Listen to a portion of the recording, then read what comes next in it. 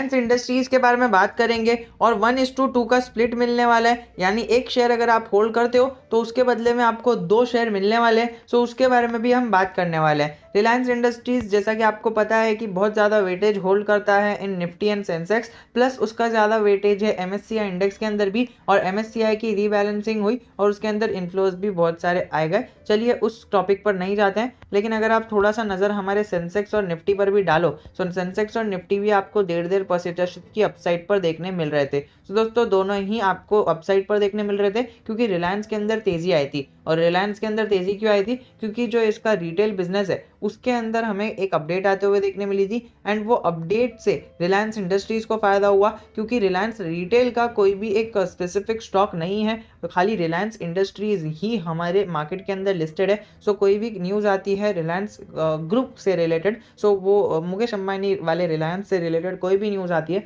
सो Reliance industries के अंदर हमें तेज़ी देखने मिलती है। दोस्तों आपको दिख रहा था पिछले 6 महीने के अंदर आपको ये नीचे देखने मिल रहा था for the period of around 1 और 2 मंथ। तो इस टाइम पर जिसने भी अक्यूमुलेट किया वो अच्छा खासा प्रॉफिट में बैठा है, क्योंकि आप 2 से 3 महीने पहले अगर आप जाओ, तो मैंने इसी टाइम पर वीडियो बनाकर कहा था कि इस टाइम पर अगर आपने रिलायंस इंडस्ट्रीज का साथ पकड़ के रखा, इस टाइम पर अगर आपने बाय किया तो आप अच्छा खासा मुनाफा बना सकते हो। अगर आप देखो तो अभी भी कोई देरी नहीं हुई है। 32.74 की इसकी पी रेशियो है, जो बहुत ही ज़्यादा कम है। अगर आप देखो रिलायंस रिटेल ने एक्वायर किया अमांते बिजनेस ऑफ एमएएस होल्डिंग्स को, दोनों ही की तरफ से अमांते एंड इसके एमएएस होल्डिंग्स, इन दोनों ही की तरफ से एमएएस होल्डिंग्स और रिलायंस रिटेल एमएएस मास होल्डिंग्स और रिलायंस रिटेल, इन दोनों की तरफ से ऑफिशियल अपडेट आता हुआ देखने मिला इन दोनों की एक्विजिशन का, एक्विजिशन ऑफ अमांते बिजनेस। तो इनके जो इंडिया की लार्जेस्ट रिटेलर है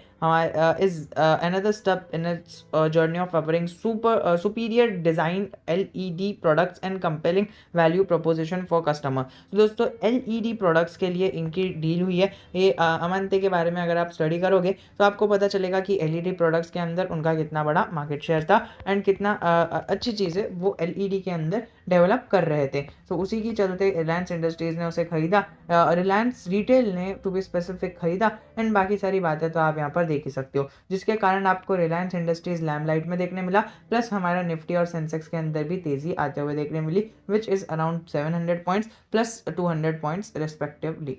आपको एंडिंग में थोड़ा सा सेलिंग प्रेशर देखने मिल रहा है, विच इज़ अराउंड 2 लाख के आसपास क्वांटिटी सेलिंग एएमओ के अंदर देखने मिल रही है। अगर आप देखो तो क्वांटिटी अराउंड 40 लाख के आसपास की खाली एनएससी के अंदर ट्रेड हुई है, एंड बीएससी का परसेंटेज मिलाकर आपको 1 करोड़ के ऊपर के आसपास की क्वांटिटी बेसिस पर ट्रेड हुई है हमें डे बेसिस पर। अगर आप देखो सो 40 लाख के सामने अगर आप क्वांटिटी डिलीवरी बेसिस पर देखो तो 60% के आसपास की डिलीवरी बेसिस पर लोगों ने माल उठाया है। सो अभी मुझे लगता है कि हाई डिलीवरी का एक ही कारण है कि लोगों को लगता है कि आने वाले टाइम में ये शेयर बढ़ सकता है, एंड आने वाले टाइम में यानी एक हफ्ता या फिर एक महीना या फिर अगले क्वार्टर तक इसका परफॉर्मेंस बहुत ही ज़्यादा इनक्रेडिबल गुड रह सकता है। So that is why people are taking and accumulating more and more towards this share, so you can look forward to buy this share at this price too, because looking at the P ratio it is still under valued, and हमें अभी आने वाले time में इसके अंदर तेज़ी देखने मिल सकती है because of its under valued nature.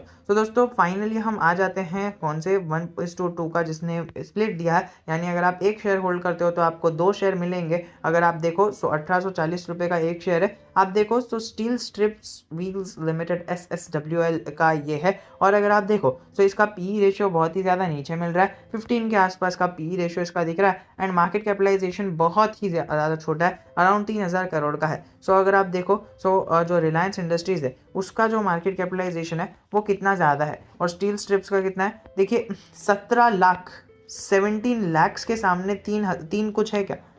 आप मुझे बताइए 3000 और 17, 3000 कहाँ और 17 लाख कहाँ? तो 17 लाख करोड़ का रिलायंस इंडस्ट्रीज का मार्केट कैपिटलाइजेशन है और 3000 करोड़ का हमारा SSWL का मार्केट कैपिटलाइजेशन है। तो इतनी छोटी कंपनी है, मिड कैप कंपनी भी नहीं है, स्मॉल कैप कंपनी हमें कह सकते हैं हम इसे। तो दोस्तों स्मॉल कैप कंपनी है, तो उसके हिसाब से आप इसके अपने रिस्क को मैनेज करते हुए इसके अंदर इन्वेस्टमेंट करने की सोच सकते हो। बट बाय और सेल HDFC सिक्योरिटीज़ ने एक महीने के पहले टारगेट दिया था अराउंड 2056 का। तो दोस्तों आप अगर इसका शॉर्ट टर्म टारगेट भी देखो तो हमें 2000 2056 का टारगेट इसको लेकर चलना चाहिए, बिकॉज देखिए 1 महीने पहले एचडीएफसी सिक्योरिटीज़ ने इसका टारगेट दिया था एंड इस जगह पर टारगेट देने के बाद स्टॉक ने एक नेगेटिविटी दिखाई, फिर अभी थोड़ी सी पॉजिटिविटी दिखाई। तो दोस्तों ब्रेक इवन पॉइंट पर खड़ा है शेयर, ना ज़्यादा ऊपर है ना ज़्यादा नीचे है। तो दोस्तों पिछले बार आपको 1800 के लेवल्स पर एचडीएफसी सिक्योरिटीज़ ने कहा था कि अराउंड 200 पॉइंट्स की इसके अंदर गैप फिल हो सकता है और 2000 के आसपास इसका जो टारगेट है वो हम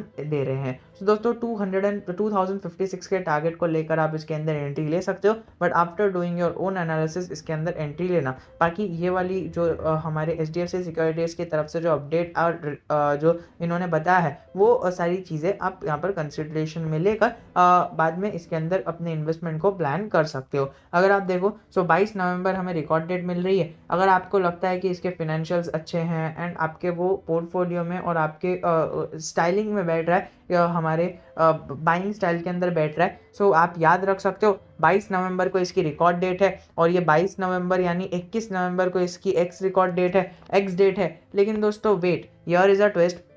22 नवंबर को आपको मंडे देखने मिल रहा है, जिसके कारण आपको 21 नवंबर संडे देखने मिलेगा, फिर 20 नवंबर आपको हमारा सैटरडे देखने मिलेगा। सो आपको दिख रहा है कि 19 नवंबर की एक्स डेट है। सो अगर आप 19 नवंबर को खरीदते हो या फिर उसके बाद खरीदते हो तो आपको स्टॉक नहीं मिलेगा स्प्लिट के लिए। 19 नवंबर को भी अगर आप खरीद रहे हो तो आपको नहीं मिलेगा, आपको खरीदना है 18 को। और 18 को मुझे लगता है कि 19 को भी कुछ है जिसकी वजह से मार्केट बंद है। तो आप समझ लीजिए कि आपको है ना 18 को नहीं खरीदना है, आपको 17 तारीख को खरीदना है या फिर उसके पहले आप स्टॉक को बाय कर सकते हो। 17 तारीख को बाय करोगे तो आपको स्प्लिट मिल जाएगा और पहले से अगर आप इस शेयर के अंदर बने हुए हो सो you can continue your position और वॉट एवर यू वांट, आप इसके अंदर एवरेज आउट या फिर कुछ और भी चीज़ें कर सकते हो। बट स्प्लिट के बाद थोड़ा सा कोई भी स्टॉक जो है वो एक प्रेशर में या फिर एक कंसोलिडेशन फेज में चले जाता है। मोस्ट प्रोबेबली वो 1 वीक या फिर 1 मंथ के लिए चले जाता है। So it depends on the stock and the quantity traded here